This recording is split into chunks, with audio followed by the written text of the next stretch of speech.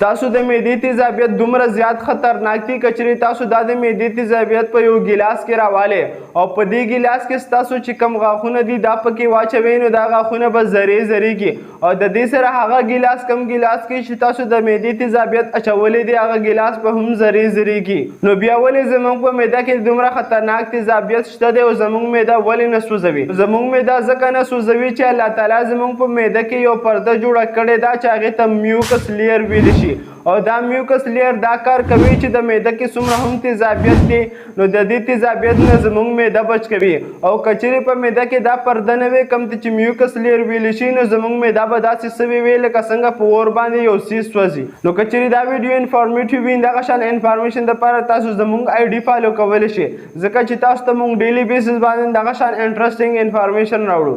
شکریه. الله حافظ.